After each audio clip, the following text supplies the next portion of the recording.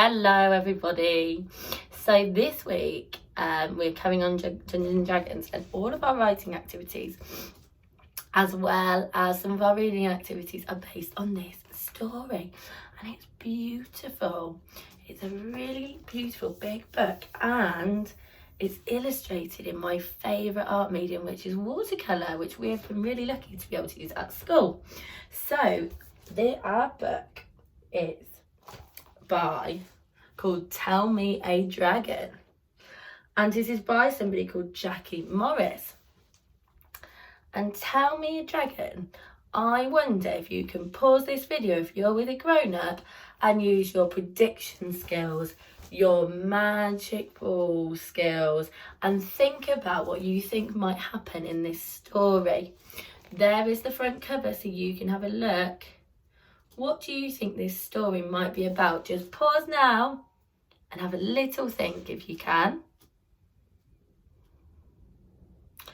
Lovely, let's see if you were right. Now, boys and girls, this has some words that I think we would zap if we were at school, but I thought what I would do is write at the bottom of the video any words that I think, have we heard that before? I'm going to just pop them at the beginning, pop them at the bottom of the video, and you can have a look at what they mean, maybe with a grown-up or maybe with an older brother or sister. So let's go. My dragon is made from the sun and the stars, sparkled with stardust. All night he follows the silver moon path across the sky.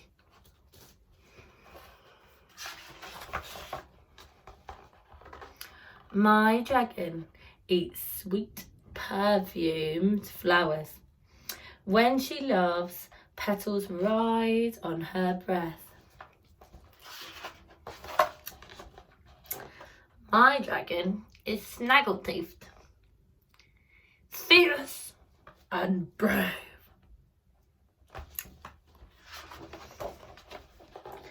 My dragon is as big as a village, jade-winged and amber-eyed, with a tail as long as a river. My dragons are tiny, with whisper-thin wings of rainbow.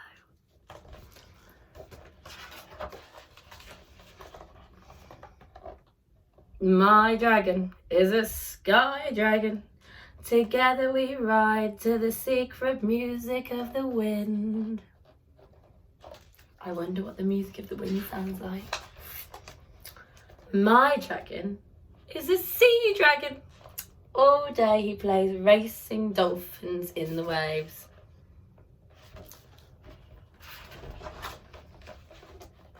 My dragon is a fire dragon. His heart is always warm.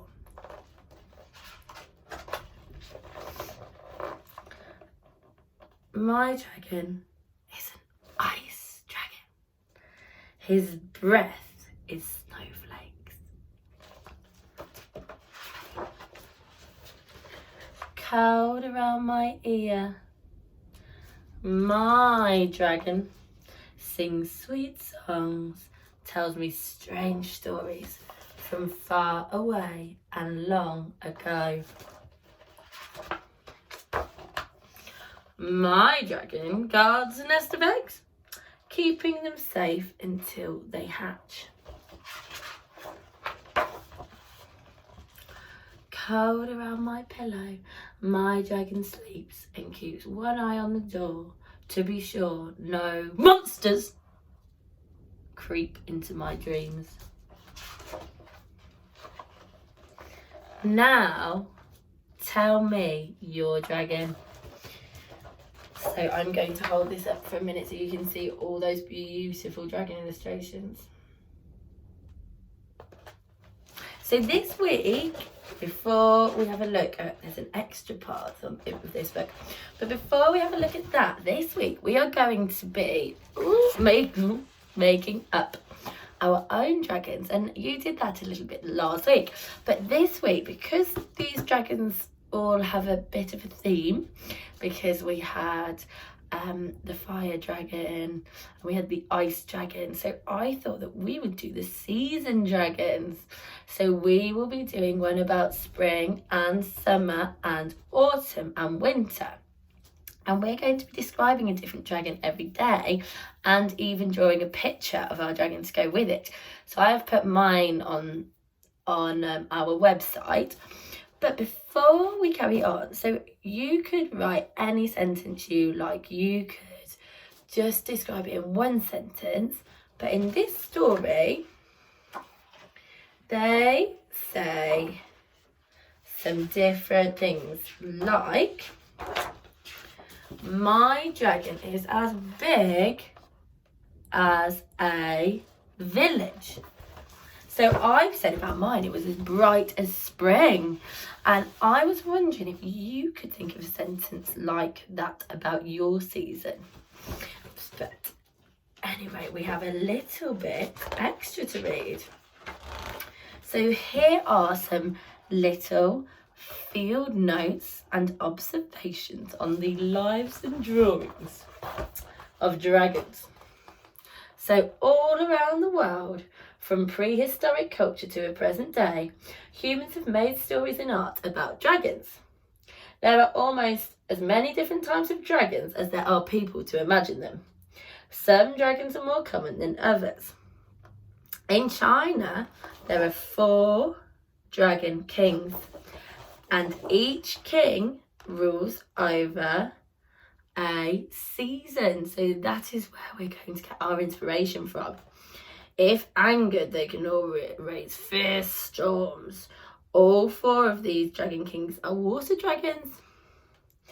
And in Japan, a dragon is a symbol of power and magic. This magic is what they use to fly.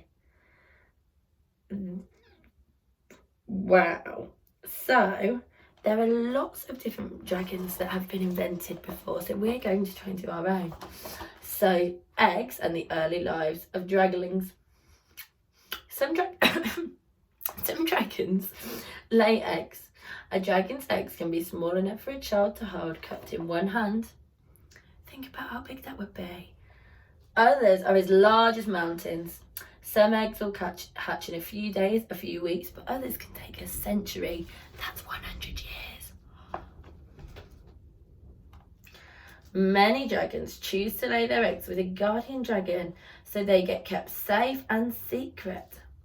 And some dragons even lay their eggs in birds' nests. Wow.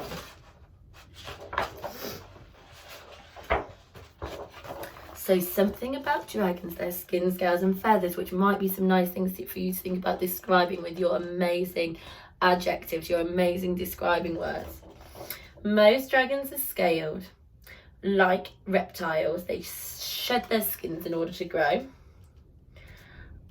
A dragon skin is very hard to find. Dragons are proud, shy of humans, and they spend many hours grooming and polishing their fine scales or feathers until they gleam. If a dragon should give you a gift of a scale, it means they will always come if you call, should you ever find yourself in danger. Keep it safe, never give it away, and never show it to anyone. Some dragons, like the fire dragon, have feathers and not scales. The quill of a fire dragon can be used to write poetry. But a human can only hold a dragon's feather if it is given and not stolen. And on humans and dragons. Some dragons will form friendships with humans, but no one can ever own a dragon. No person, nothing can ever own a dragon. Some dragons will be good friends with their family and stay with the family for ages and ages. Flower-eating dragons usually choose to be with princesses. For although they eat mostly flowers, their favourite food is knights in shining armour.